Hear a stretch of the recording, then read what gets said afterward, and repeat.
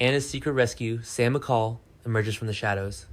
The shocking truth behind Port Charles's most dangerous mission. The citizens of Port Charles have been living under a dark cloud since Anna Devane's mysterious disappearance. While the official story circulated that the legendary spy was on a classified WSB assignment, the reality was far more sinister. Anna had been arrested by the very organization she once served, captured, drugged, and held prisoner in a shadowy facility. Her mind fractured by hallucinations carefully orchestrated by her captors. The spy, who had outsmarted villains for decades, found herself cornered with no one to turn to and no way out. But what no one expected, what seemed impossible after months of genuine mourning, was that salvation would come from beyond the grave. Sam McCall, the brilliant detective and devoted mother, is alive, and she has been working in the shadows of the WSB all along. The arrest that nobody saw coming. The shockwaves of Anna's arrest sent tremors through Port Charles' intelligence community and beyond.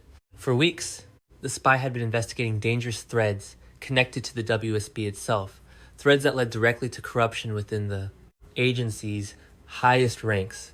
Rather than allow her investigation to expose their secrets, the organization made a calculated decision to neutralize the threat. Anna was taken into custody under the guise of national security concerns. The official charges were vague, kept deliberately opaque to prevent public scrutiny. But those close to her, Valentine, Emma, the few people still loyal to her within the Bureau, knew something was profoundly wrong. Anna's last communications had been cryptic, as if she was warning them without being able to say the words outright. Days turned into weeks. Anna was held in a facility so remote, so deliberately isolated that finding her became an impossible task. Her captors didn't simply imprison her, they began a psychological assault designed to break her spirit. The drugs they administered weren't just for control, they were meant to create confusion, paranoia, and disorientation. When Anna began hallucinating the presence of Liesel Obrecht, her former rival turned reluctant ally, the manipulation became cruelly clear. The facility's staff had orchestrated the very visions that tormented her, using them as tools of torture. Anna's captors operated under direct orders from Ross Cullum, the WSB director, with access to layers of authority that transcended normal organizational structure. The Directorate, a shadowy council of higher-ups whose names and faces remained unknown even to most field agents, had deemed Anna a liability.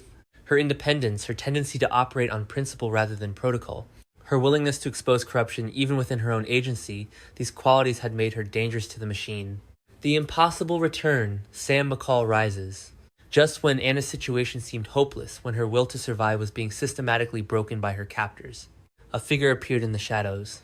It was someone from the past, someone Port Charles had grieved, someone whose absence had left a permanent wound in the hearts of those who loved her. Sam McCall was alive.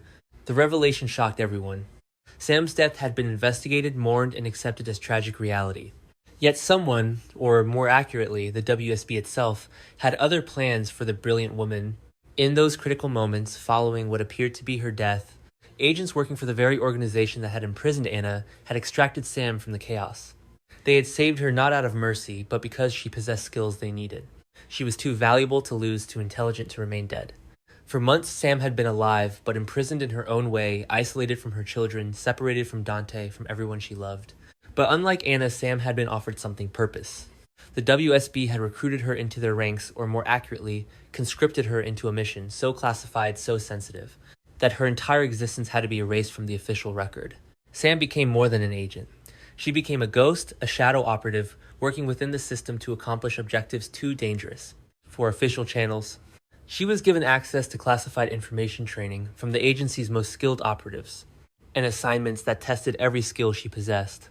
It was a prisoner's bargain, a compromise that kept her alive while keeping her captive in a different way. But Sam had never truly accepted her captivity. Even as she worked for the WSB, even as she undertook missions on their behalf, she remained fundamentally loyal to one thing: justice. And when she discovered that Anna Devane, a woman she respected and cared about, was being held by the same organization that had held her, something shifted inside Sam. The operative and the woman collided, and the woman won. The secret mission unfolds. Sam's assignment came through official WSB channels, but it was unlike any mission she had been given before. She was tasked with locating and retrieving a high-value target from a secured facility. The target's name was listed in classified documents only as Subject D, but Sam knew the truth. The codes, the protocols, the specific location, they all matched the place where she had been held. The place where Anna was currently imprisoned. The mission was too perfect, too convenient. Either the WSB Directorate was testing her loyalty, or someone within the organization had orchestrated this as an opportunity, a final chance to prove where Sam's real allegiances lay. Sam chose allegiance. Armed with the security clearances her position provided, equipped with the tactical knowledge of a trained WSB operative, and motivated by the moral conviction of a woman who had been unjustly held captive, Sam infiltrated the facility. She navigated the security systems with expertise born from months of observation and study. She bypassed guards using techniques taught to her during her forced training, and she reached Anna's cell. The reunion was neither tearful nor dramatic, not at first. Anna, drugged and disoriented from the hallucinogens administered by her captors, barely recognized the woman who suddenly appeared to free her. Sam didn't waste time with explanations. She got Anna to her feet, shielded her from the cameras that surveillance teams were frantically trying to reactivate, and moved through the facility like a phantom. But getting out was only half the battle. The WSB had resources far beyond what either woman possessed. Once they discovered that both Anna and Sam were no longer where they were supposed to be, the hunt would begin in earnest. When duty conflicts with loyalty, the escape revealed the terrible calculus at the heart of Sam's situation. By helping Anna, Sam had committed treason in the eyes of the WSB. She had violated her orders, compromised her mission, and exposed herself as unreliable liability, just like Anna. The Directorate would demand answers. Cullum would want her recaptured, and the network of WSB operatives would be mobilized to bring her in. Yet Sam understood something fundamental about the organization that held her. They operated in shadows, and shadows could hide anything if you knew how to manipulate them. Her greatest advantage wasn't her skills as an operative or her knowledge of the facility. It was the fact that she remained officially dead. Her resurrection could not be publicized, could not be acknowledged without raising uncomfortable questions about how a deceased woman had managed to serve in an active capacity for the past months. This was the leverage Sam needed. She could stay hidden. More importantly, she could continue to operate, but now for different purposes. Anna, once freed from the drugs and the psychological torture, became Sam's ally in ways that went beyond simple rescue. Together, they possessed dangerous knowledge about the WSB's operations, about Cullum's directorate, about the classified projects being conducted in remote facilities across the globe. The women didn't flee Port Charles immediately. Instead, they went deep underground within the city itself. Contacts Sam had developed during her covert Operation Safe Houses established during her months of force service, communication channels that the WSB believed secure, but which Sam now controlled. All of these became tools in a larger game. The unfinished business. Anna's arrest had been about silencing her investigation into WSB corruption. But that investigation hadn't ended. It had simply been interrupted. Now, working in tandem with Sam, Anna could pick up those threads again, but with an enormous advantage. She had an insider. Sam possessed access codes, names, locations, and operational details that no external investigator could ever obtain. The irony wasn't lost on anyone who might have known the full truth. The WSB's attempt to neutralize the threat posed by Anna Devane had resulted in the creation of something far more dangerous: two brilliant women united by shared captivity and moral conviction, operating from positions of tactical advantage against the very organization that held them. For Cullum and the Directorate, the situation was becoming untenable. Anna was no longer a problem they could contain with custody and psychological manipulation.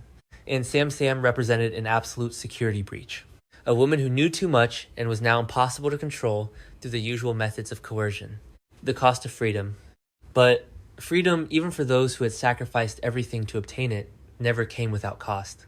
Sam remained separated from her children, from Dante, from the life she desperately wanted to return to.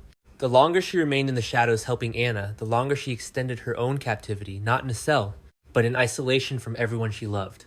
Anna faced her own reckoning, the questions that would inevitably arise about where she had been, what she had endured, and how she had escaped. The trauma of her imprisonment, both physical and psychological, would take time to process and heal. Neither woman could simply return to their old lives. Both had been changed by what they had experienced.